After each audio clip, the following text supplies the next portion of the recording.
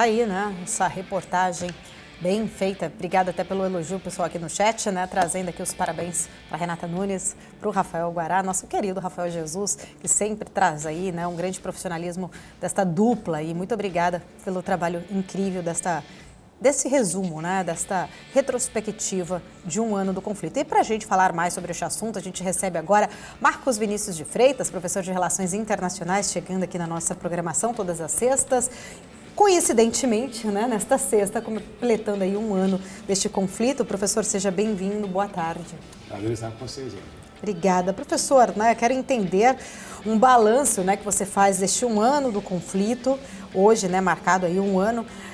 A gente teve ontem a Assembleia Geral da ONU, que aprovou a resolução que condena a invasão, que pede retiradas imediatas das tropas de Moscou.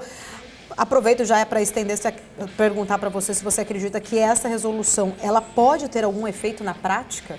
Não é. O efeito é só um efeito moral de dizer que o mundo aí, são mais de 140 países, estão contrários à ação da Rússia.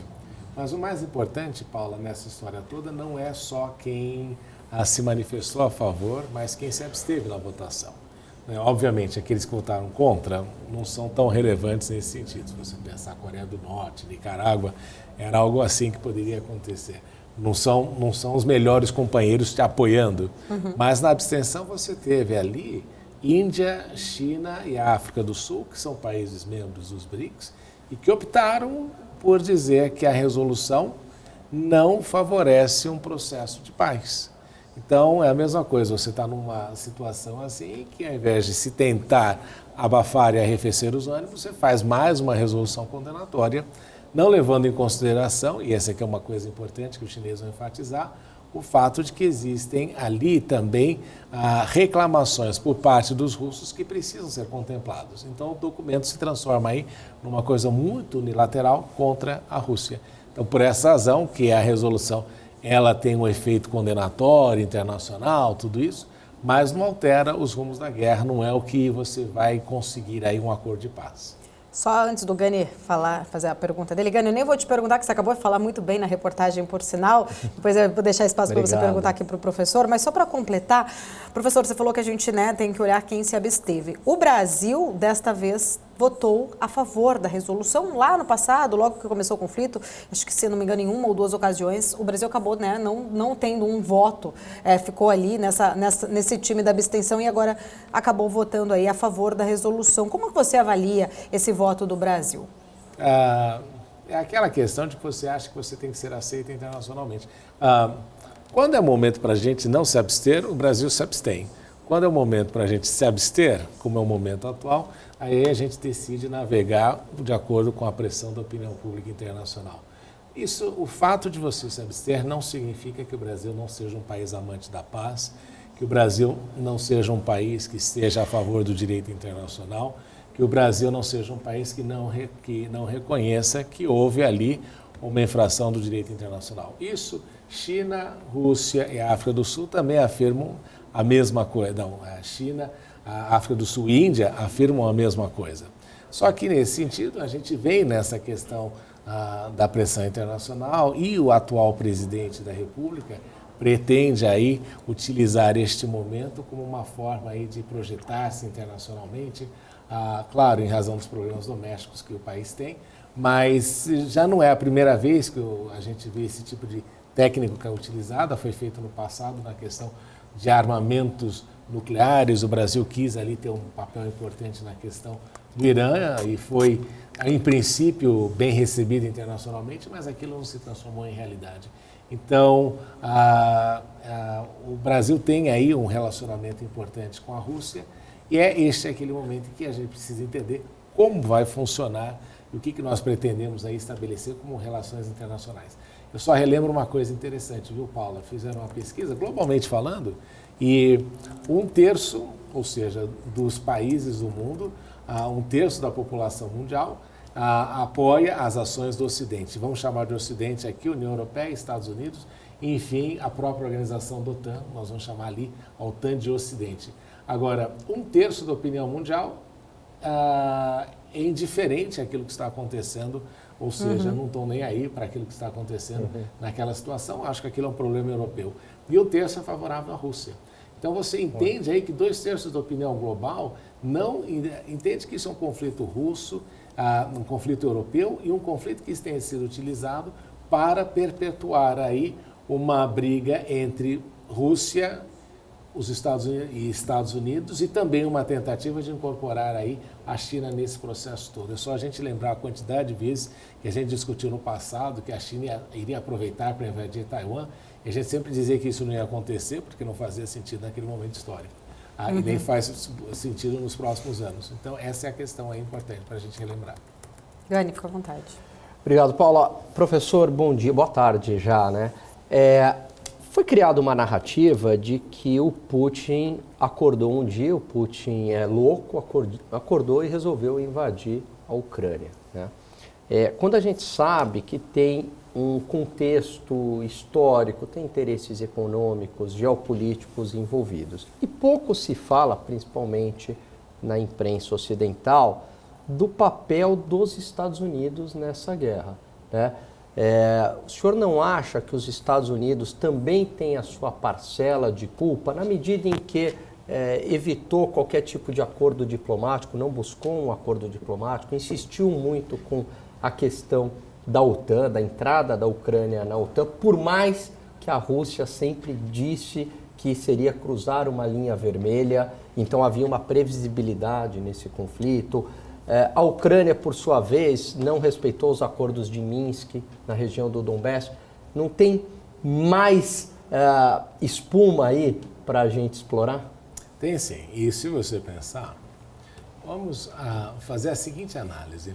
Se um dia o México decidisse fazer uma aliança militar com China ou com Rússia, quanto tempo você acha que isso duraria? Nem acho que um segundo. Então, e aí você vai falar, não, mas isso é uma área de influência regional, esse tipo de coisa. É um conceito antigo, mas historicamente é como a gente tem observado sempre essa situação. Então, a postura norte-americana depois da Guerra Fria, é claro, os Estados Unidos ganharam a guerra contra a Rússia, contra a União Soviética, inclusive levou ao colapso da União Soviética na ocasião, mas mais ou menos se havia estabelecido num acordo de cavalheiros que aquela região ali, de alguma forma, permaneceria sob a influência da Rússia, o que é normal neste jogo de poder global. Se a pessoa critica esse tipo de coisa, é que ela não está acostumada a viver no mundo como se desenhou nos últimos 360 anos, desde o Acordo de Westfália, né? Porque a ideia é você estar próximo, né, de uma aliança nesse processo todo para você se fortalecer. Então, existem áreas de influência. Existem áreas de influência e querer negar isso seria negar o sol com a peneira. Assim como, por exemplo, o Uruguai vive dentro dessa área de influência do Brasil. O Paraguai vive dentro dessa área de influência do Brasil. Então, nós não podemos querer tapar o sol com a peneira nessa situação. E o caso dos Estados Unidos é que eles acharam ali que poderiam avançar dentro do território que era de área de influência da área de influência russa. Então, esse foi o grande problema. E não houve reversão nesse processo. E é claro que se nós pensarmos, obviamente que muita gente vai alegar, não, mas o Putin quer ser imperialista, o Putin tem toda essa história. É só conhecer um pouco da história da Rússia também que entender que um país como a Rússia não ficou daquele tamanho, não é, se não tivesse tido este tipo de postura ao longo da sua história. E a Rússia sempre teve este perfil imperial, este perfil de uma liderança muito autocrática, e foi assim que o território foi se consolidando, e foi assim que a história russa foi se desenvolvendo. E muita gente é crítica do Putin, mas se esquece que, ao fim da Guerra Fria, quando você tem a ascensão de Boris Yeltsin ao poder, o país cai num clima generalizado de corrupção e de desorganização que, quando o Putin surge, ele é um milagre para o país e consegue acertar e colocar muita coisa nos eixos. E faz com que a economia retome o seu processo de crescimento, tudo isso. Claro, a Rússia tem vários problemas, porque é um país muito grande, 145 milhões de pessoas, então enfrenta todos esses problemas. Mas existe uma dinâmica interna que reconhece nele a liderança autocrática necessária para colocar o país nos eixos. E é por essa razão que, por incrível que pareça, mesmo hoje em dia com toda essa situação, uma grande parte da opinião pública, embora muita gente vá descreditar os instrumentos de pesquisa que existem na Rússia, mas uma grande parte da opinião pública na Rússia é favorável à ação do Putin. Então, e com isso ele consegue consolidar ainda mais a crítica aos Estados Unidos. Porque pensa assim, né, Gani? Terminou a guerra, a Ucrânia ganhou. Qual é o resultado? Então a gente precisa fazer uma troca de regime na Rússia. Vamos tirar o Putin. O que vai acontecer com a Rússia? Vamos fragmentar. Isso é uma ideia que o Ocidente tem. Né? Vamos fragmentar a Rússia em vários estados? Ótima ideia, né? Dividir e conquistar. É uma técnica que você vê aplicada pelos britânicos há anos. Foi feito isso na África, em muitos lugares. Você divide para conquistar. Foi a mesma técnica que utilizaram na Índia. Qual é o problema? Bem, o problema é que se você dividir e conquistar, muitos desses países vão ter acesso a armamentos nucleares. Qual é a garantia que eu tenho que você não vai ter ascensão de lideranças piores que a atual? Então, o que a gente fala é sempre melhor um mal conhecido ou um mal desconhecido. Conhecer, né? A famosa frase, né? Ter o inimigo por perto e conhecê-lo. Professor, você tocou num ponto importante, né? Sobre essa questão do armamento nuclear. Essa semana a gente viu aí ganhando novamente, né? O espaço na mídia, principalmente trazendo ali essa questão da Rússia não renovar, na verdade, o acordo, né? O Tratado Novo START, que foi assinado em Praga em 2010, eu estava pegando aqui a data para não me confundir, que limita ali o número de ogivas atômicas, né, estratégicas nos dois países, Estados Unidos e Rússia. O Putin, né, abriu ali num discurso a frente religiosa, colocando ali, falando que essa frente religiosa de ataques ao afirmar que as igrejas ocidentais não respeitam os livros sagrados, trouxe esse ponto também, falando um pouco mais, né, fazendo críticas em relação principalmente aos Estados Unidos. O próprio Biden, na hora, se defendeu, falou que cada centímetro do território ali está pronto para se defender em cada centímetro do território da Aliança Militar do Ocidente. Eu queria entender a sua visão, né, o que significa, qual a leitura que a gente pode fazer sobre essa suspensão deste acordo nuclear da Rússia com os Estados Unidos? Bem, ao longo da Guerra Fria, né, o que nós vimos é que foram feitos vários acordos justamente para se evitar que houvesse não somente uma proliferação, o que a gente fala de proliferação nuclear, nós podemos abordar essa questão da proliferação nuclear de dois jeitos, né? Uma é uma proliferação vertical, ou seja, você vai ter mais equipamentos nucleares, aumentando a sua capacidade destrutiva. E quando a gente fala de proliferação vertical, este era o objetivo desses tratados, para que os países diminuíssem aí a corrida armamentista que eles faziam com relação a armas nucleares.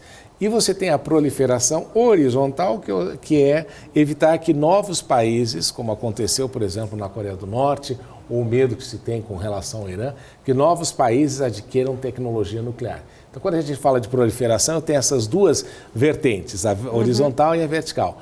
O objetivo dos tratados estabelecidos pelos Estados Unidos e Rússia era justamente evitar que houvesse aí um crescimento muito grande neste processo de você ter muito mais armas nucleares, aumentando a capacidade destrutiva. E, além disso, uma coisa importante é a abstenção de testes nucleares. Já faz tempo que a gente não vê testes nucleares sendo realizados. Sim. Bem, nós estamos esperando, o Kim Jong-un joga aqui um míssil aqui, outro ali, mas ele não fez nenhum teste nuclear, porque era uma coisa que acontecia muito no passado. Os franceses, inclusive, tem um caso muito interessante na história, os franceses faziam estes testes nucleares na Polinésia Francesa, inclusive deu um problema enorme, uma época em que eles explodiram o navio do Greenpeace na Nova Zelândia, justamente para continuar com os testes nucleares. Isso era extremamente problemático, porque você está fazendo testes nucleares dentro do planeta e a gente não sabe o impacto disso, ou sobre a vida marinha, ou sobre os lugares onde isso acontece. Mas é um problema grave e a saída é justamente, foi quase que imediatamente a resposta que o presidente Putin deu para os Estados Unidos com relação à visita de Joe Biden, tentando fortalecer ali a aliança e dizendo que os russos estavam completamente errados, equivocados e que eles perderiam a guerra. Gani, fica à vontade. Professor, o senhor acha que essa estratégia americana de ressuscitar a Guerra Fria do século XXI, ela é correta não, mas ela é benéfica para os Estados Unidos, porque tem alas do Partido Democrata e alas do Partido Republicano que têm essa mesma visão, de que os Estados Unidos deveria ser essa espécie de polícia do mundo, né? tendo todo o protagonismo que ele tinha ao final da década de 90. Mas há alas do Partido Republicano, há uma parte da direita norte-americana que acha que não. Inclusive o Trump faz parte dessa ala que acha que os Estados Unidos têm que cuidar dos seus problemas internos e deixar de ser essa polícia do mundo. Como é que você vê essa questão? Você acha que os Estados Unidos têm interesses nisso? Ele deve ser essa polícia do mundo ou não? Até tem a sua função importante na questão de direitos humanos e intervenções humanitárias, que os Estados Unidos tiveram e têm um papel importante nessa situação. Mas você querer ser a polícia do mundo significa que você está constantemente envolvido em áreas de conflito e em conflitos que você não deve se meter, porque uma das questões é justamente a retirada da possibilidade de você ter a sua autodeterminação e da sua soberania. Então, toda vez que os Estados Unidos começam a interferir, eles fazem isso e fazem isso com uma constância muito grande. Na questão de sanções econômicas, o dólar já foi extremamente abusado pelos Estados Unidos com relação a uma série de sanções que foram impostas para o mundo inteiro, inclusive para os europeus. Não é? Então, muita gente vê assim, esta redução da relevância global do dólar como uma coisa positiva. Né? Antigamente era quase 100%, agora é 40%, o euro está em 40%. Em reserva. Né? Em trocas internacionais, então você vê que o dólar, embora seja só 20% da economia mundial, ainda é 40% das transações globais em moeda americana. Mas a postura de xerife do mundo vem com o fato de que os Estados Unidos não querem e não conseguem admitir que serão ali a segunda potência global. Tanto em termos econômicos quanto em termos militares? E mesmo assim, se você pensar, Gani, a China não quer ter este papel.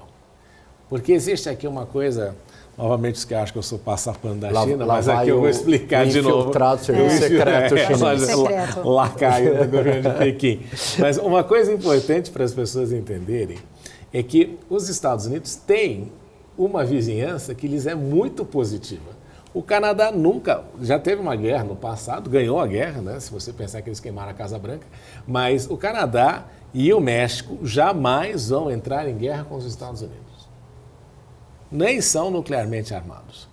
A China tem outra posição. A China tem 4 vizinhos nuclearmente armados. Barra pesada ali. Né? Você tem Rússia, Índia, Paquistão e Coreia do Norte.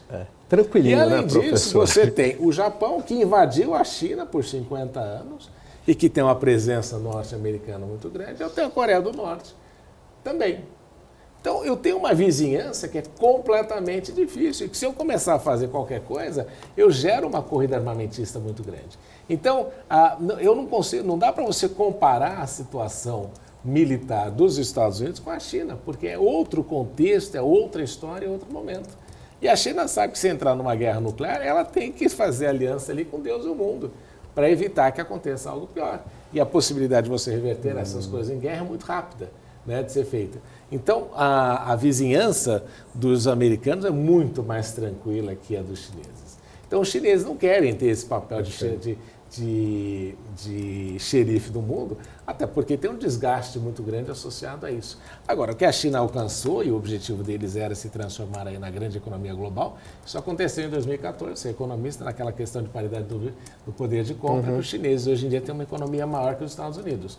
Claro que ainda vai demorar, em termos de dólar, para chegar, acho que é 2040 que estão projetando isso, mas a China não tem essa ambição. O problema é que mesmo o Donald Trump, quando fala Make America Great Again, significa os Estados Unidos continuarem nesta posição. Porque, Gani, é muito bom. É caro ser o número 1, mas existe uma série de vantagens que você tem como sendo o número 1. Não é? De relevância, de deferência internacional e mesmo com a sua possibilidade de você sancionar quem você não gosta. E evitar que aquela questão, não é? Uma das coisas que você, quando você estuda sobre dumping, é você impedir o surgimento de indústria nascente. É a mesma coisa quando você é a potência principal do sistema mundial. Você mais ou menos corta, através de narrativa, através de uma série de coisas, a possibilidade de ascensão de outros parceiros. de outros parceiros, não, de outros concorrentes. É só você olhar, por exemplo, como os Estados Unidos trataram o Japão na década de 70. Foi de grande parceiro a inimigo, concorrente, e de repente o Japão simplesmente entrou numa situação econômica brutal e não conseguiu se recuperar. É uma economia grande, mas aquela ameaça que o Japão quis, em algum momento, representar para os Estados Unidos foi cortada. Tem mais uma? Não, eu tinha o seguinte... Eu tô com o tempo apertado, mas vamos lá. Não, vai lá. Não, Paulo. pode ir, vai. Não, vai, quero vai, o seguinte, essa postura do Trump em ser, né, Make America Great Again, e o ser o número 1, mas do ponto de vista militar, ele não se envolveu em conflitos, né? Pelo contrário, ele foi mais pacificador. Não é uma aparente contradição? Né? Mas se você pensar que outro dia o Wall Street Journal dizia que eles não tinham munição para uma semana de guerra numa batalha convencional, não é? Qual é o grande desafio da opinião pública americana nesse sentido? É que você começa a observar que o país enfrenta problemas na sua infraestrutura. E uma grande parte desses recursos vai para manter esta arma econômica do país. Obviamente que os Estados Unidos têm uma grande vantagem que nós não temos. Aliás, que nenhum país do mundo tem. Eles apertam um botão e a maquininha imprime dólar. Eu queria uma dessa, viu, professor? Eles apertam um botão e imprimem dólar, não é? Ninguém mais tem isso. Todo mundo, para conseguir, tem que vender dólar, tem que pegar emprestado, tem que fazer uma série de coisas. Isso dá para eles uma possibilidade muito grande de fazer uma série de coisas enquanto o mundo utilizar o dólar. É por essa razão que quando o euro surgiu, não sei se você lembra disso, mas um dos países que foi extremamente opositor à questão do euro foram os Estados Unidos, não é? Porque você começa a interferir nesse tipo de poder. Então, claro que o presidente Trump teve ali, diferentemente dos seus predecessores, uma atuação mais pacífica, porque ele era o bully, né? Ele fala, não, se fizer, eu vou fazer. Ameaçava bastante, aí o pessoal fala, nós não quando você não sabe como é que você lida com o louco, né? Tinha o cachorro que late, mas não morde, né? Mas você não vai querer colocar a mão perto do cachorro, porque vai que ele morde, né? Então, Trump tinha muito nesse sentido, esse tipo de atuação.